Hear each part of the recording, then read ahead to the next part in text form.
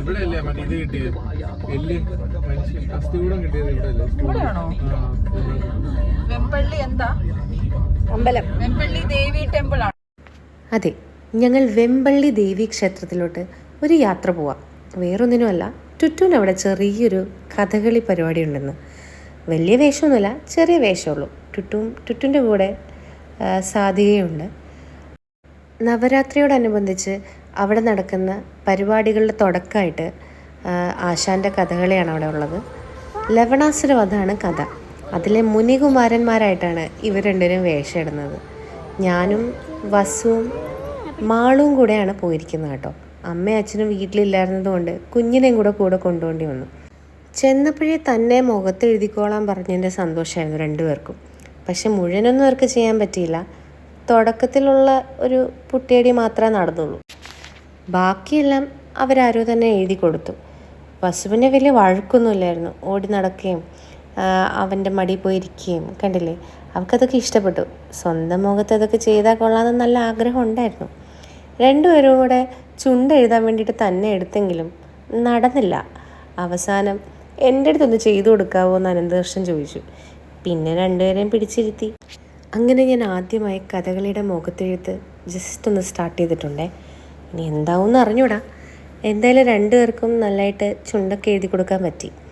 ഇവർക്ക് രണ്ടുപേർക്കും എഴുതുന്ന കണ്ടിട്ട് മോൾക്കും ഒരാഗ്രഹം അവളുടെ മുഖത്ത് ചെയ്യണമെന്ന്. കുറച്ച് നേരമായിട്ട് നോക്കിയിരുന്നിട്ടുള്ളൊരാഗ്രഹം ആയതുകൊണ്ട് പോട്ടെ എന്ന് വിചാരിച്ചു. പിന്നെ അവൾ വന്നിരുന്നു. പക്ഷേ അത്ഭുതകരമെന്ന് പറയട്ടെ, അവളവിടെ വളരെ കൂളായിരുന്നു കേട്ടോ. എല്ലാം നന്നായി ചെയ്യാനായിട്ട് ഇരുന്ന് തന്നു. ഭയങ്കര ക്യൂട്ടായിട്ട് എനിക്ക് ഫീൽ ചെയ്തു ഞാൻ ചെയ്തുകൊണ്ടിരുന്നപ്പം. എനിക്ക് കൂടുതൽ ചെയ്യണമെന്നും ആഗ്രഹം തോന്നി. പിന്നെ ആ പച്ചയൊക്കെ മുഖത്തൊന്ന് ചെയ്താൽ കൊള്ളാമെന്നുണ്ടായിരുന്നു. പക്ഷേ അതിൽ നിന്നും ഞങ്ങൾ വളരെ വിദഗ്ധമായി ഒഴിവാക്കി. കാശിയാശനെ കാണാൻ നല്ല സുന്ദരിയായിട്ടുണ്ടല്ലേ. എപ്പോഴും അങ്ങനെ പെൺവേഷം കെട്ടുമ്പോൾ അദ്ദേഹത്തെ കാണാൻ നല്ല ഭംഗിയാണ്. ലെവനും കുഷനും ഒക്കെ റെഡിയായി. കഥകളി അവിടെ സ്റ്റാർട്ട് ചെയ്തു.